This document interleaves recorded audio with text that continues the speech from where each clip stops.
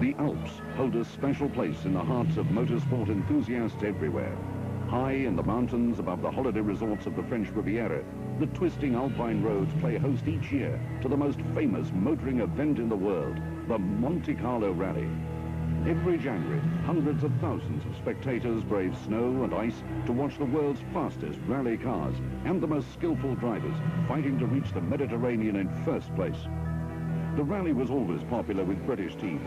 It used to be dominated by Mini Coopers, driven by legendary names like Thibaut Macadam, Rano Altonen and Paddy Hopkirk.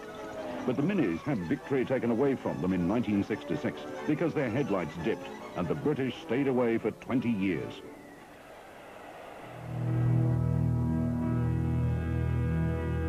In 1986, Austin Rover are back with the all-British MG Metro 6R4.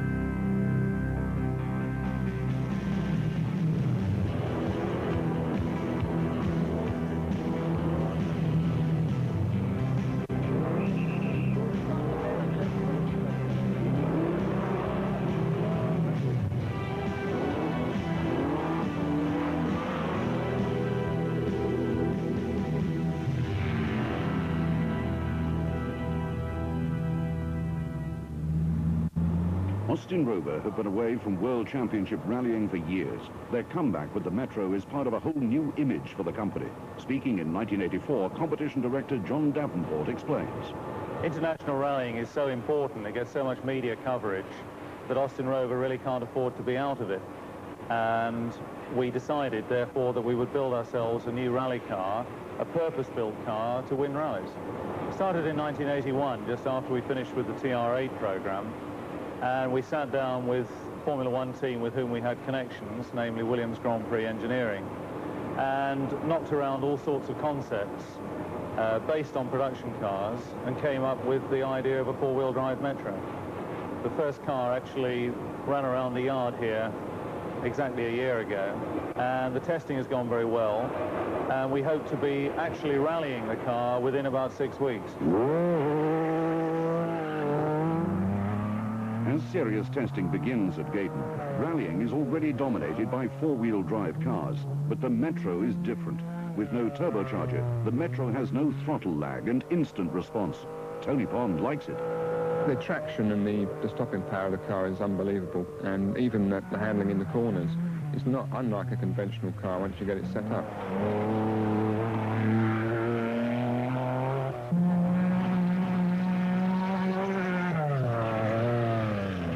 Everybody's got the traction, everybody's got relatively good brakes with four-wheel drive, but I think we're better in the braking department, and we're certainly much better in the handling department. So when it starts its competition life, is it really going to be competitive? It must be. It is. Despite having only 250 horsepower, Tony Pond dominates the York National Rally, easily beating everyone, until a minor electrical problem forces the fun to stop.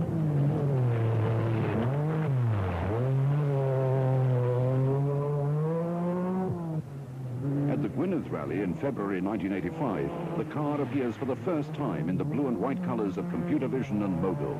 More important, it is fitted with its new aerodynamic wings, front and rear. The package really works, and Tony Pond cruises to an unchallenged victory.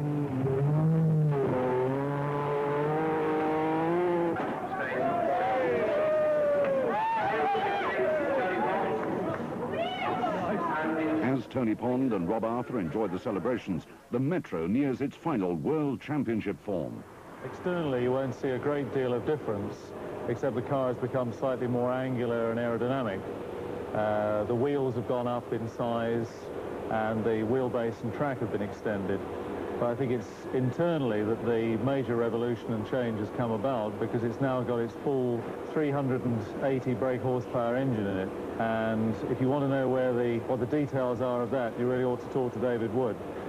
Well, it might be thought we were flying in the face of convention by going normally aspirated, but we feel we've got the right answer here. The engine is a 3-litre, 24-valve engine.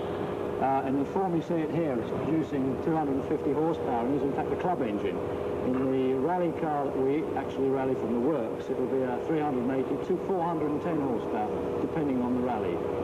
The simplicity of this route means that the car has less systems to go wrong, we have less heat problems, we have good, strong torque, and very importantly, we have good engine braking. We have learned a lot with the small engine.